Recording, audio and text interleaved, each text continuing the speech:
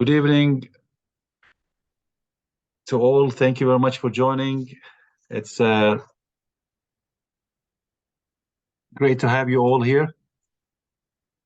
Tonight we'll have a webinar titled Visionary Leadership, Meta Competence for the 21st Century. Will be delivered by Dr. Oleg Konovalov. I would like to welcome Dr. Oleg, and I hope just I'm pronouncing his name correctly. Yeah, you are good. Right. Right. Let me introduce Dr. Oleg. He is a global thought leader, author, business educator, consultant, and C-suite coach. Oleg is named among the top 8 global experts in leadership and shortlisted for the Distinguished Award in Leadership by Thinkers 50.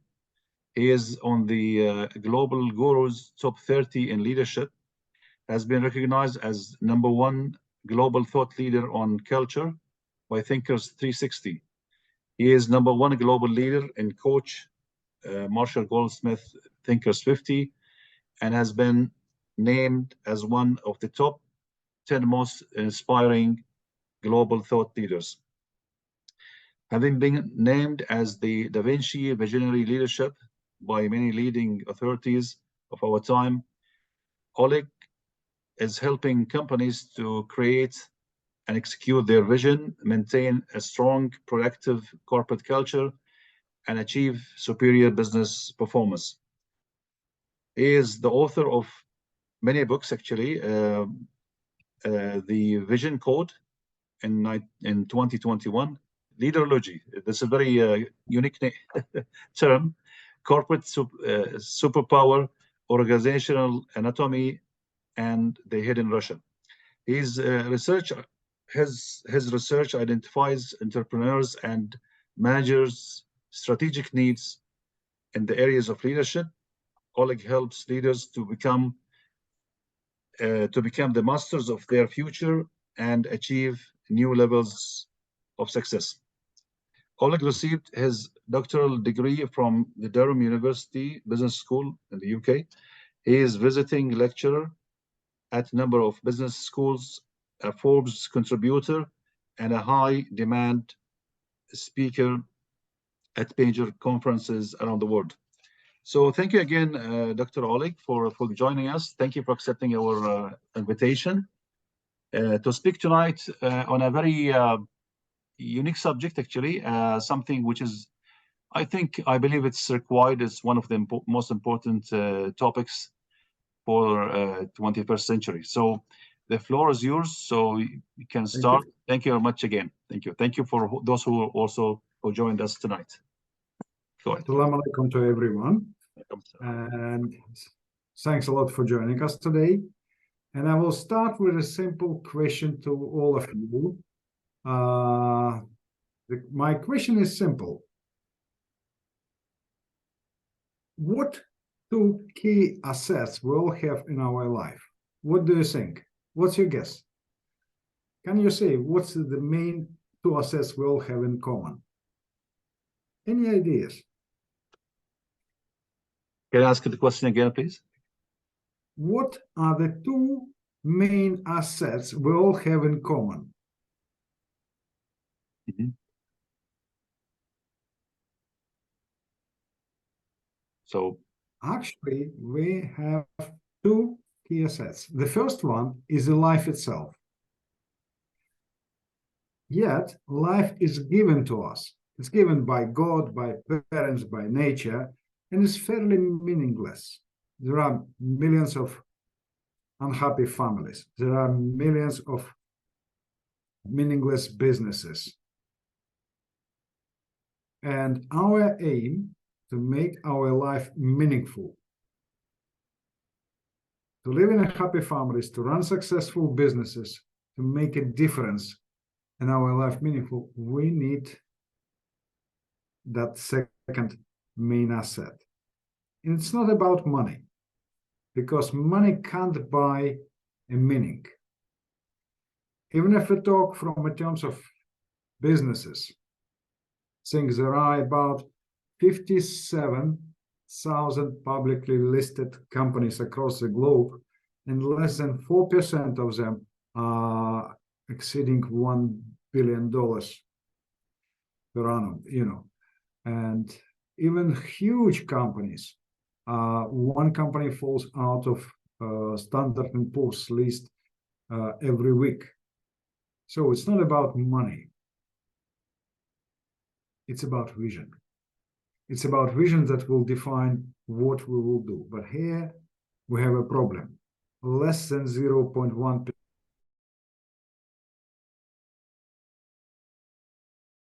of modern leaders. We have dreams, we have goals, but it's not about how to create that future that will be meaningful for many people around us.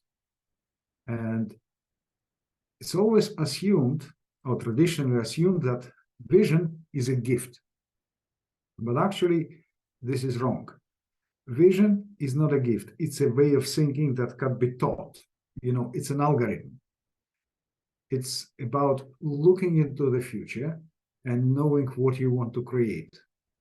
And here comes an interesting point.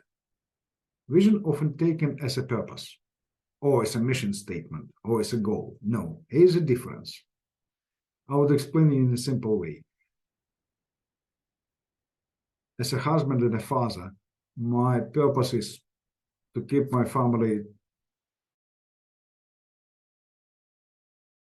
happy and together and build I must have a vision for that house where everyone would be comfortable and be happy. Goal is about how to build the walls for that house.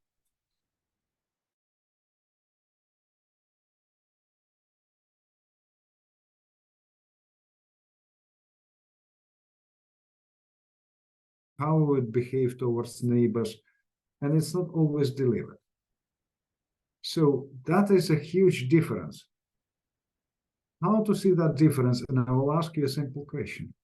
I will explain it in simple terms. Purpose is purely yours. Goals are purely yours. Vision can be left as a legacy. Actually, if you think about the next generation, the greatest legacy that you could leave is helping them with their vision, leave your wisdom with them. Because they will remember you for lessons, and they will remember you every day. They would forget about your bank account, but they will remember your lessons. Think for a moment, a simple question: what you will be remembered for, in your family or in your company? Can you think of this? That is quite a critical question, because this is something that we would leave for the next generations. Another difference is you could hardly capitalize your purpose. You could hardly capitalize your goals, but you could capitalize your vision. For instance, if we talk about United Arab Emirates, you all know that Sheikh Zayed bin Sultan is when came up with a vision of Dubai and Arab Emirates in 70s. Arab Emirates at those days was hardly investable because the population was only about 200,000 people, and it's not investable. We could see today a result of that vision, which is huge.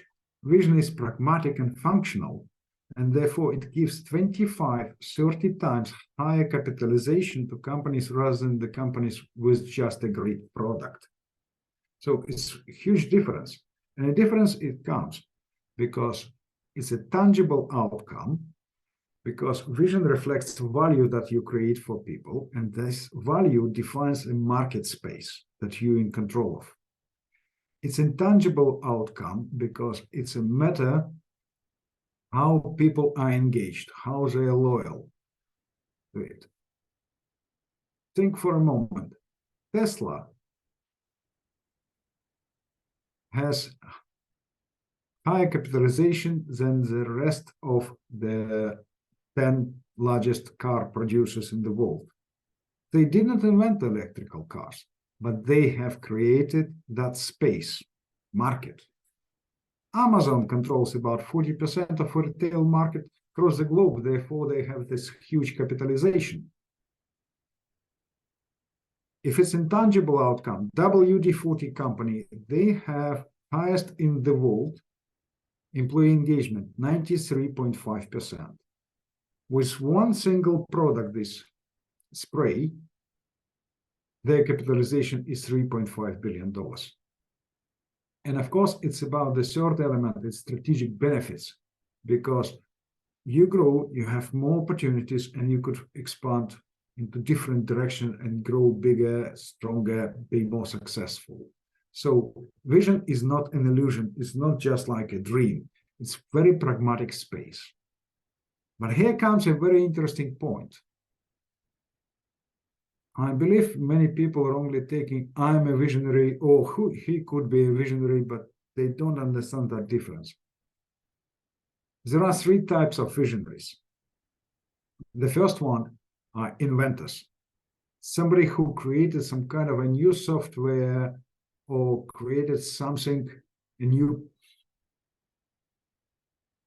like those AI, for instance, which recently appeared. Somebody created something important. Another category of visionaries is the space creators. As I mentioned, for instance, Elon Musk. But the third category are people visionaries, and they're more important. These are visionaries that grow people. For instance, if you are in HR, it's directly about being a people visionary. You are helping people to grow. You have a vision for people. And this is so important today as never before. You must grow people to be better and stronger every day. And that is tremendously important. If you think of this famous Jack Welch, he passed away a couple of years ago, a former CEO of General Electric. He wasn't an inventor. He wasn't a space creator, but he was tremendously great at growing people. And his days, it paid. The company was tremendously strong. So how to think about vision? Because vision, as we mentioned, is not a gift. It's a way of thinking or an algorithm. It's an algorithm called caviar. Vision starts with C, clarity of creation. Your vision comes when your conscious awareness of a problem that you want to solve for the benefit of others reaches its peak. So it doesn't come overnight. It takes a bit of time and effort. But a vision grows from your deepest aspirations that sits on the back of your mind and that you're turning into a great, very focused solution. And this is very important. I want you to ask, as we promised to have a practical webinar, I want to ask you a simple question, but this question is one of the most difficult questions that adult could answer.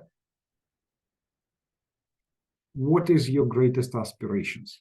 I'm not talking about your dreams. I want a bigger house or a nicer car. No. What's aspirations that sits on the back of your mind? This is where the roots of your vision, and you will build from there. Then, any ideas? Anyone could define those aspirations. Take a note. Think of this, because those questions are important. Believe me, they're critical as flag posts on creating a vision. The next element is in caviar model is called ability. Vision is greater than you. Vision is greater than any organization. As we said, it could be left as a legacy. And therefore, it's very important to grow to be bigger all the time. Otherwise, you wouldn't be able to lead that vision. And it develops from courage to think differently. It's about learning not only from books, but from people, from nature, from everything. You must be Vision is a journey from being smart to being wise. Again, smartness is not transferable. Wisdom is transferable. You could share your wisdom, but you can't share your smartness. It's very much about being better. No one is perfect, but it's still about going to be better all the time. It's about confidence and credibility. We're confident when we know that we will deliver our promises. And when people see that a leader delivers promises, they trust him. Such a leader is credible. And of course, it's about knowledge bank, because you're getting people on board, you're making them to share the knowledge and contribute to that vision. In career, V stands for viability. Vision is very functional, pragmatic, and investable. It has 6 elements, 6 criteria. The first one is stimulus. What is it for people in your vision? Because vision reflects the highest purpose of leadership, acting for people and with people. Stimulus assumes response. If people see the value in your vision, they will respond to it. They will support you. I have a question for you. If you're thinking, or if you have a vision, if you're trying to develop it, and stimulus actually defines that market space, market capitalization. My 2 questions. Who would benefit from your vision? Not just people, but try to be specific. Can you answer that question? Who would benefit from your vision? And what is so valuable for people to respond in your vision? I'll give you an example. Alan Mulally, he is a former CEO of Boeing and former CEO of Ford. I love talking to Alan. I learned a lot from him. And Alan has a simple approach. When he became a CEO of Ford, Ford was on the brink of bankruptcy in 2006, and shares of Ford were traded at $1 per share. When Alan left the company in 2014, shares were traded at $17, 17 times higher. And it was in great surplus. Alan has a simple approach. Leadership is a labor of love. He's actually a great people visionary. And the value of his leadership was sharing that knowledge and love with people. And that made or defined success. So who would benefit from your vision? The second element of viability is scale, because vision should be of a great breadth and depth, regardless in local or industry scale or country scale or global scale, but it still should be quite strong and big, and it grows. And it grows not because you're spending a lot of money on marketing and advertisement. It grows because you're simply adding value all the time. When WD-40 asked the former CEO, Gary Rich, Gary, you are not spending even a penny on marketing. How comes you are in 176 countries? He said, we created a list of 2,000 scenarios how WD-40 spray could be used. And people simply saying, yes, we need that. Come in. It grows. And therefore, it would be a question simple. How much you could expand your vision, where you see you could add your value. For instance, you're creating something where it could be added. Not just spend money on, but how you could add value. The next element in viability is scanning. You must be very relevant to people.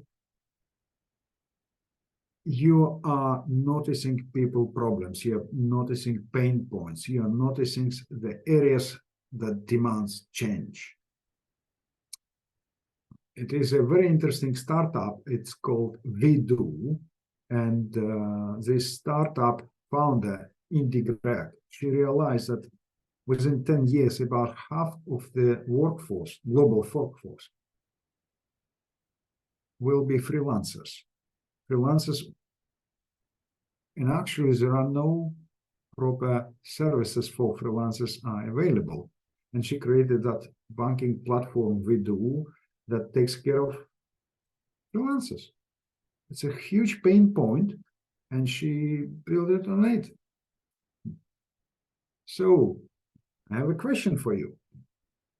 How is your vision relevant to the present?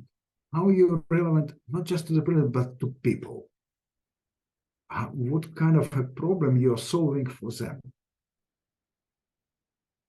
The next element is spotlight, because leadership is about being on the spotlight 24 hours a day, 7 days a week, every day of the year, like on a Broadway. You are responsible for everything you do. Simple question. Whose skin in the game? Are you putting your skin? Are you feeling responsible? Or you just think, no, I created something and it's not my problem? This would be a huge difference, because that would define whether you're committing yourself or not. The fifth element, and I love that element, that's very critical element, is simplicity. Because vision is an elegant thinking about complicated things. If vision is complicated, no one would understand it. If vision is simple, it will grow. I believe all of you are aware of SaaS, software as a service.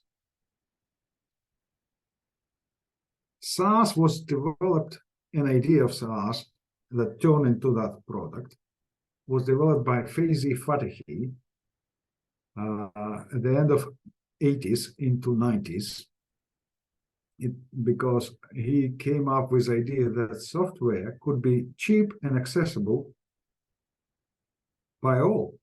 And he took a state approach, like a skyscraper with 50 floors, and its multi-tenancy approach. And they created, SaaS was created without writing even a single line of code. It was a simple approach how to make it accessible. And today SaaS, a market for SaaS, is about $500 billion per year. It's a huge, on a simple, elegant solution. And here is the question for all of you. Can you explain your vision to a 10 years old in 2 minutes? For him or for her to understand. If you can't, it still demands improving, and it's possible to do. And the sixth element is excitement and passion, because a vision is a strong emotion itself. It's huge. It makes people multipliers of your passion. They love what you do. They talk about this. They're supporting you. They engage. They're contributing you. And passion adds that emotional value to your vision. And therefore, it's a simple question. Does your vision make people excited? If they see something valuable, they will support it. They will talk about this.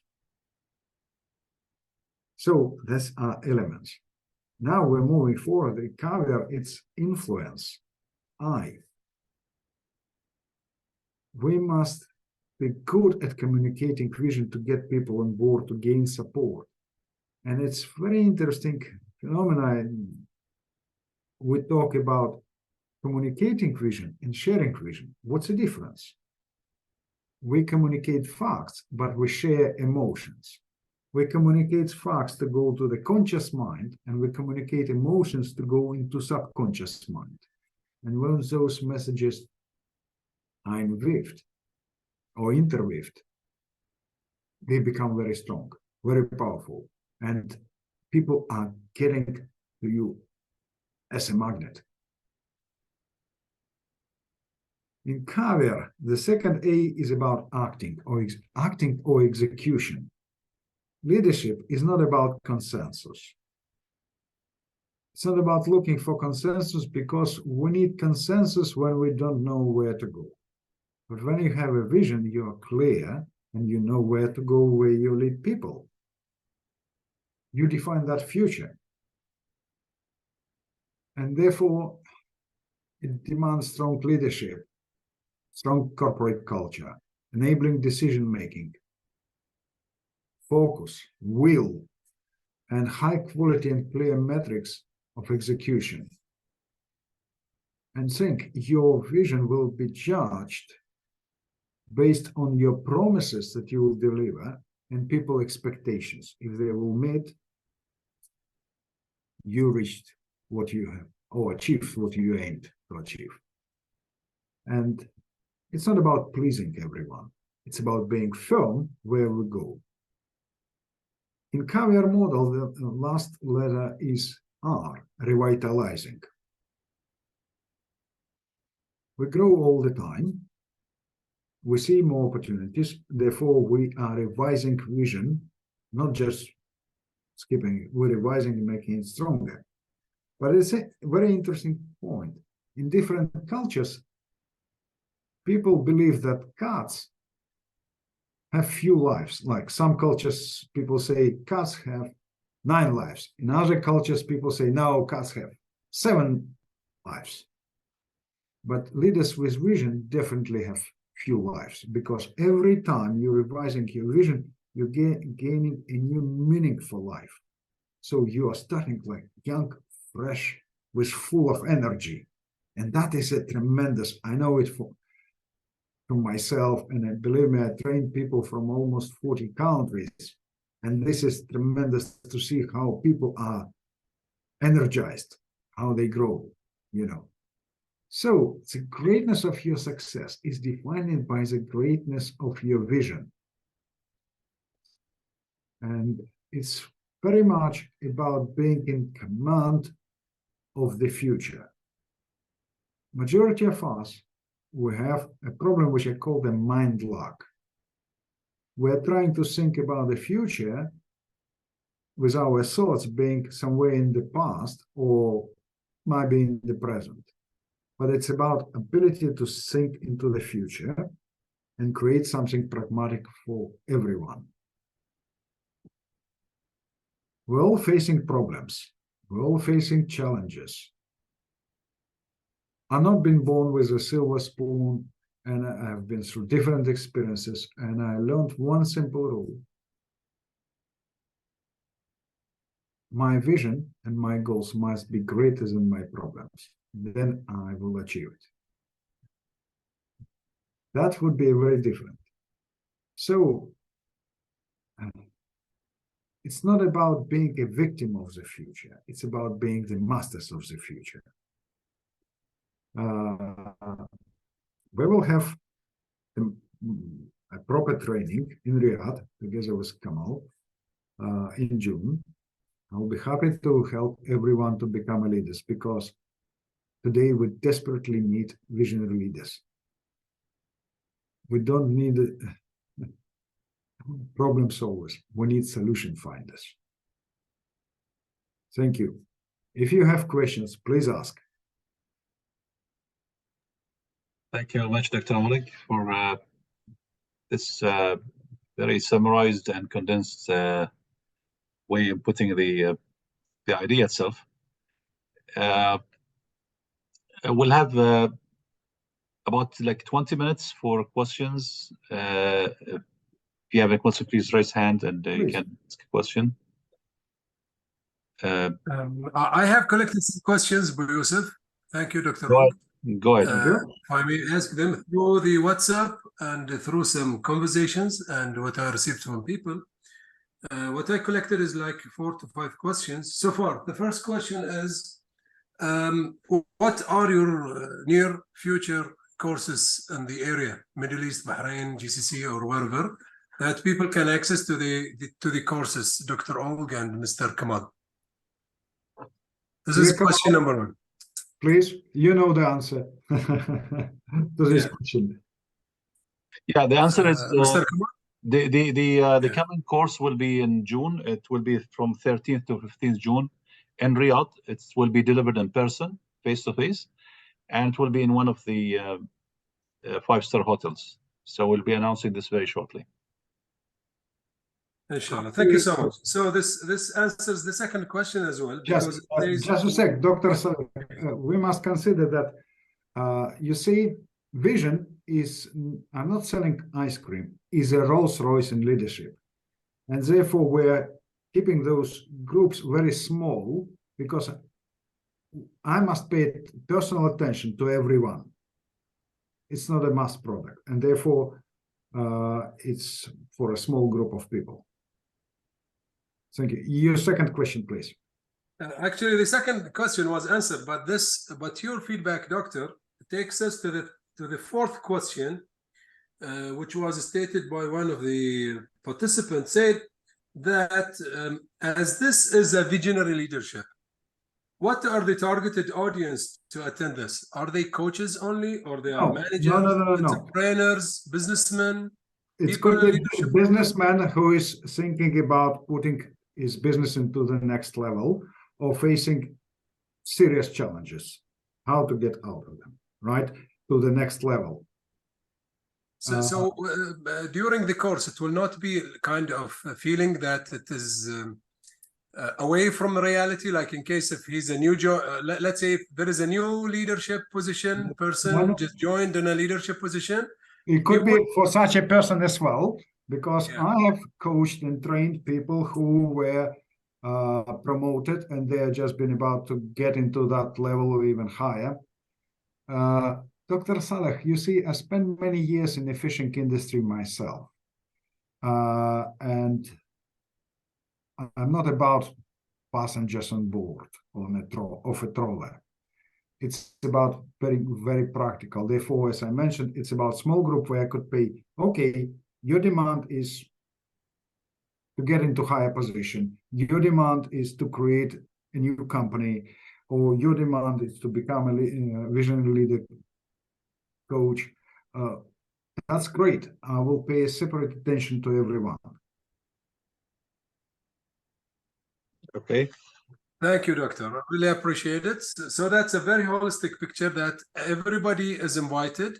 The attention that you will pay differs between a person to another based on their objectives and the purpose of attending this, let's say, visionary workshop as well.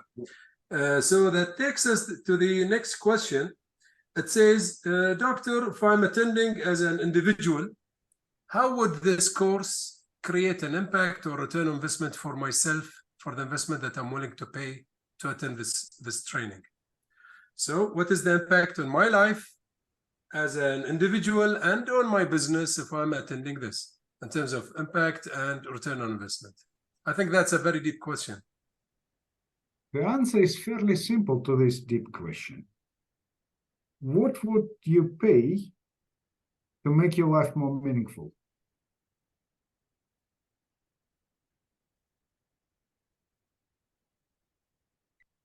It's about, if we talk about personal life, because it's very relevant or directly relevant to your personal life, it's about creating a meaningful life,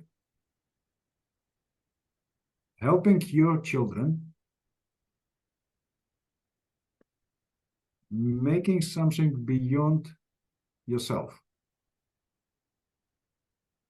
I'm not a motivational speaker. I'm, yes, I mentioned as one of the inspirational leaders, those. But motivation is a push. Inspiration is showing that you can do something beyond your own expectations. It's about, as I mentioned, it's about becoming wiser. If we talk about personal approach from a personal point of view, and of course it will impact your work, it will impact your business. Yes, some people think, I need a vision for my business, okay. And some people think, I need a vision for my life. Okay. It's still the same. Just different facets of the same vision.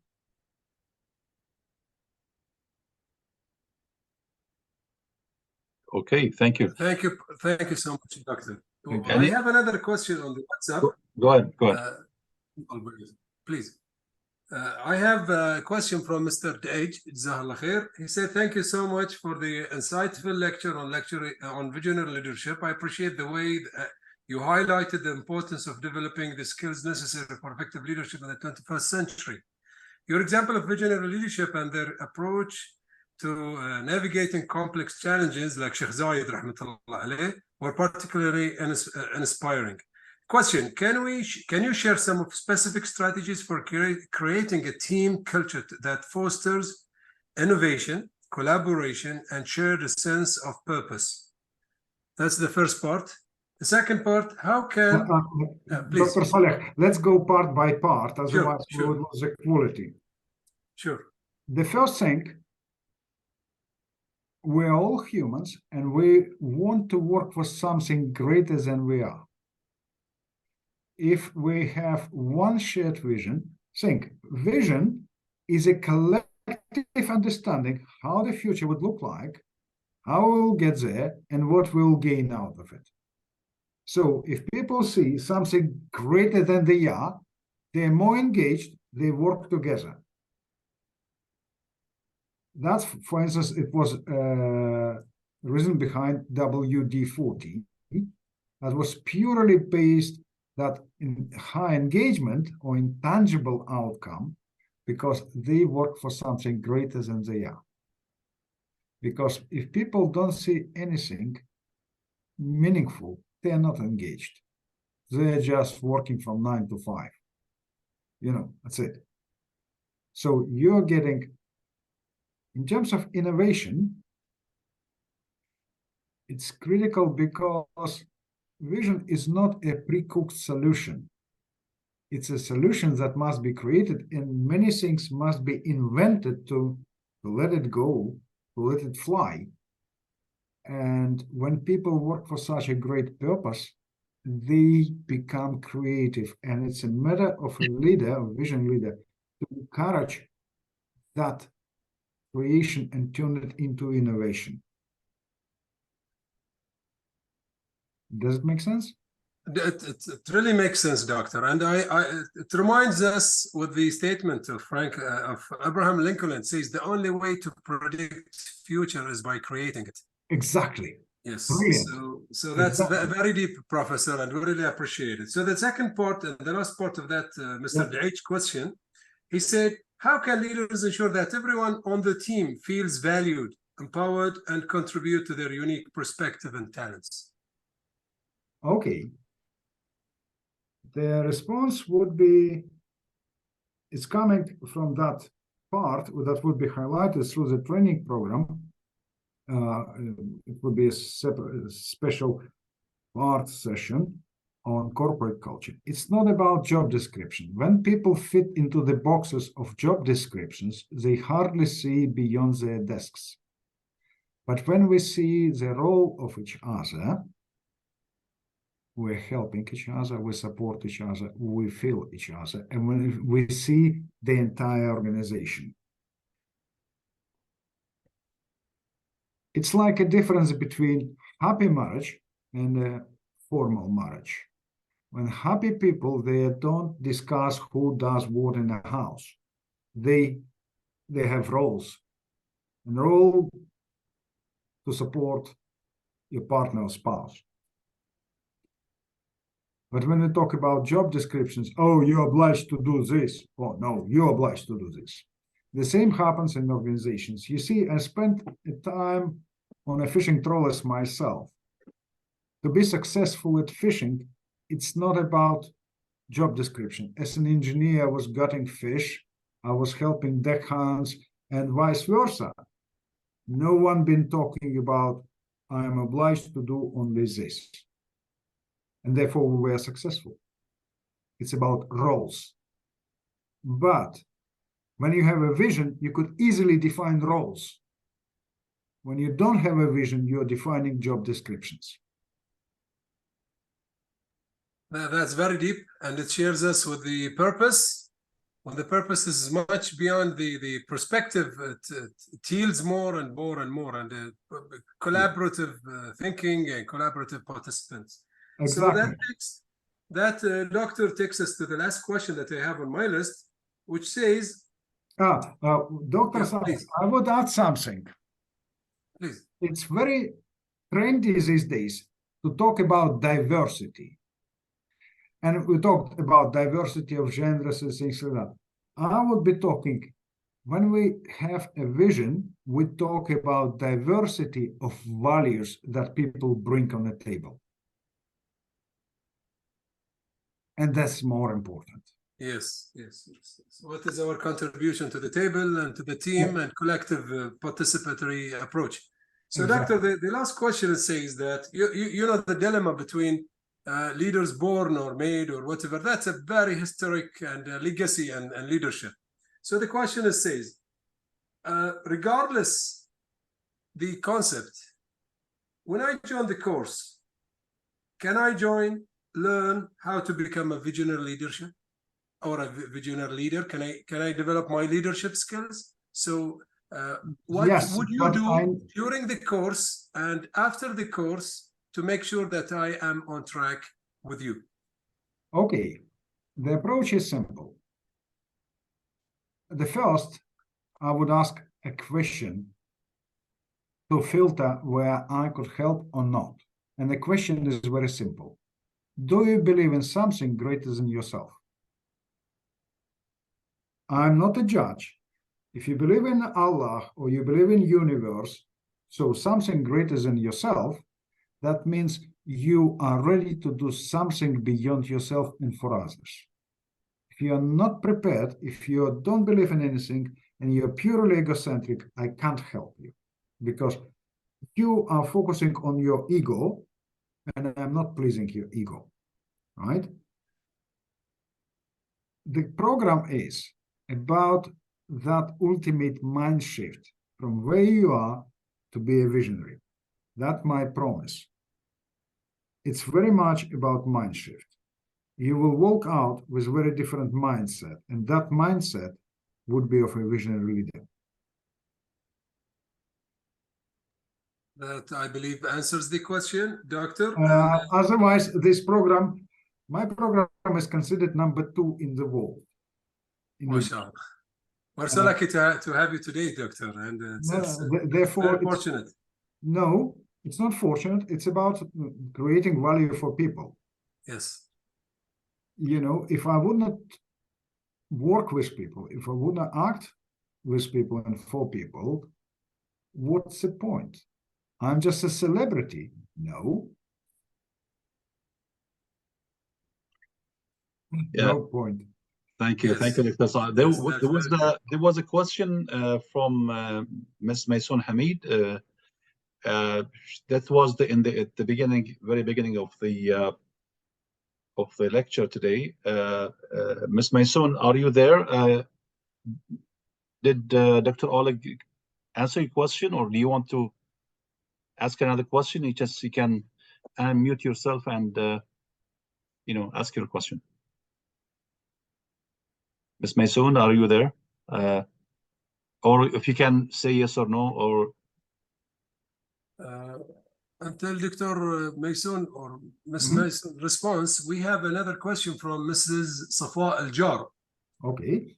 The question states, in a new leading job, with all the difficulties that a new joined person might face, how can that person find him or herself during this overwhelming new job and new leading position? Finding the self, thyself, or the purpose. You know, we are all facing the same problem. We love talking about problems.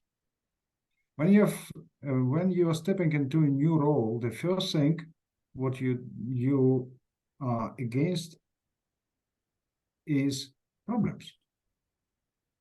And to get quicker into the job, into position, into the role, is about not challenging every problem that you will face. It's about finding a solution to go up and being in command of a situation.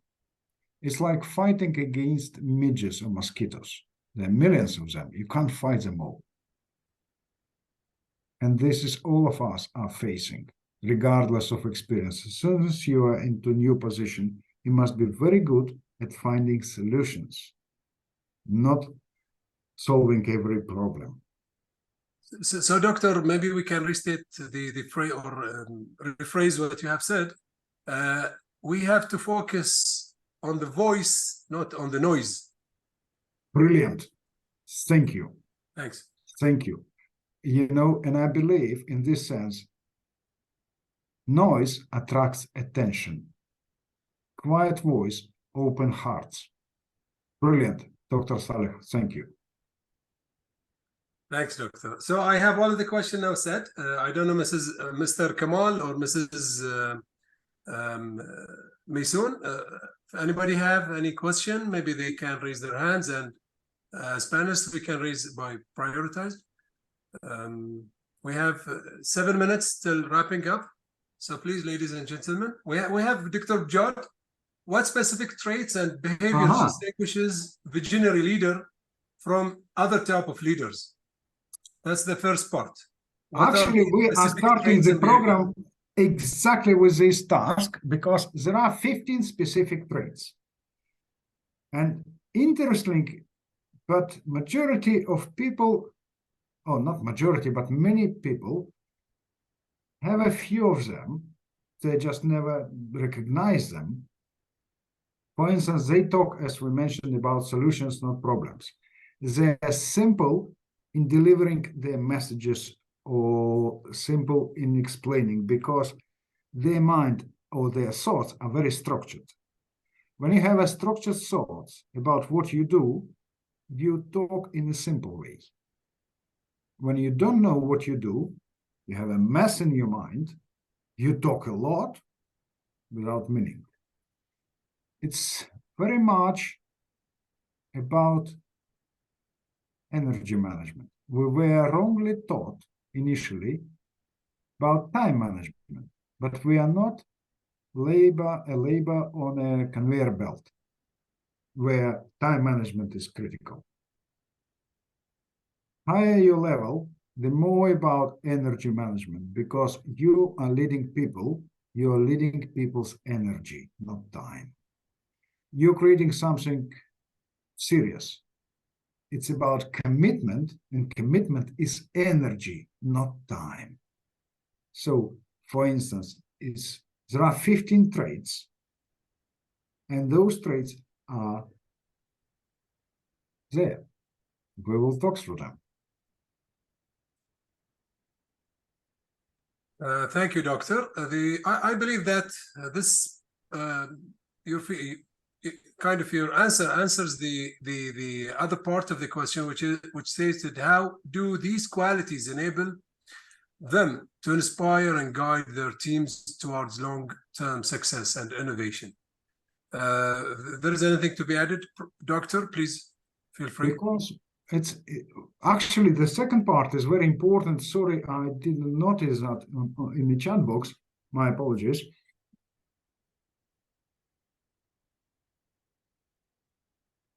It's about growing people. Visionary leader, you can't be a leader on your own. You can't be, I'm just a king of my vision. No, you must make your vision a collective property. You must make others the co-owners of your vision, and that inspires people greatly.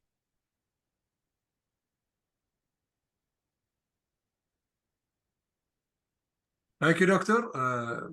Thank you. Dr. Kamal, I think we have completed all the questions. We have 4 minutes. There is anything to be wrapped up. And Yusuf, I give back the mic to I'm at you. your service. Thank you, Doctor. Thank you so Dr. much. Saleh. Yusuf, you have the mic. Thank you very much. We have a few minutes before 10, so if anybody has any question, just I would like to remind you that the training course, the Certified Visionary Leader, will be organized in Riyadh between 13th and 15th June next month. It will be face-to-face course, and this is the only course, which about visionary leadership. Of course, certified by Dr. Oleg. And those who, just one thing about the course. The course is 3 days, of course, 3 days. Part of it, the big part of it is training, and the rest is one-to-one coaching, one-to-one meeting between the trainees and Dr. Oleg. So those who ask about the recording of the webinar will send to all the participants, and we'll publish it on our YouTube channel.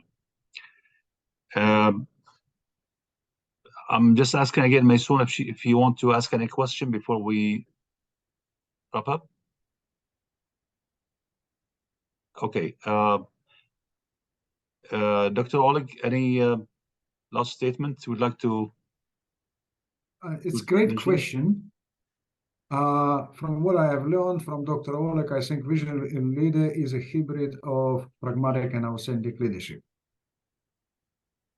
It's a bit, I would add something to it. Managers are responsible for the present. Leaders, true leaders, and visionary leaders in particular, are responsible for the future. I don't need a captain to lead me into the present. I need a captain that knows how to cross the ocean. And that's a huge difference. It's not just pragmatic, not just authentic. It's someone who could think into the future and create it. So in short statement, this is what we need. All leaders need, actually. That's what we lack in the whole world. All businesses, almost all businesses, we have mediocres. With due respect to, we don't have real visionary leaders. Is that right? Is that my perception? When I've been doing this research at that time, in the book, I'm stated less than 0.1%. Actually, it was 0.08%. I just rounded it up to make it more diplomatic. Or is it just like to please more better people? Wow. That's all. That's it. Mm-hmm. We are screaming these days for it, because otherwise we would be just problems of today facing. We have living examples, as you mentioned, in UAE. Now, the vision 2030 in Saudi Arabia. It's because of this vision, because people are all collected, all gathered around this vision, and working towards achieving it. Things are changing tremendously in the Kingdom of Saudi Arabia. Exactly. And if it would be their visionaries at their level, they would contribute more, and it would be even greater growth, and it would be tremendous growth. But what's an interesting point? Vision doesn't have gender, age, or nationality. Almost 50% of people I have trained are women. And as I mentioned, I've trained people from 40 countries. So leaders are leaders everywhere in all countries. Non-leaders are different in every country. That's very deep. So I have a question. Have you delivered another course, previous course in the region, like face-to-face before? Yeah, I trained people in Bahrain. I trained people from Saudi Aramco. Okay. I did a bit Arab Emirates. So I have a bit of experience of training. Actually, I have trained like almost 30. No, almost 40 people from the region. I'm talking specifically on face-to-face. Yeah. So the virtual is more than that, of course. Virtual training courses. Virtual.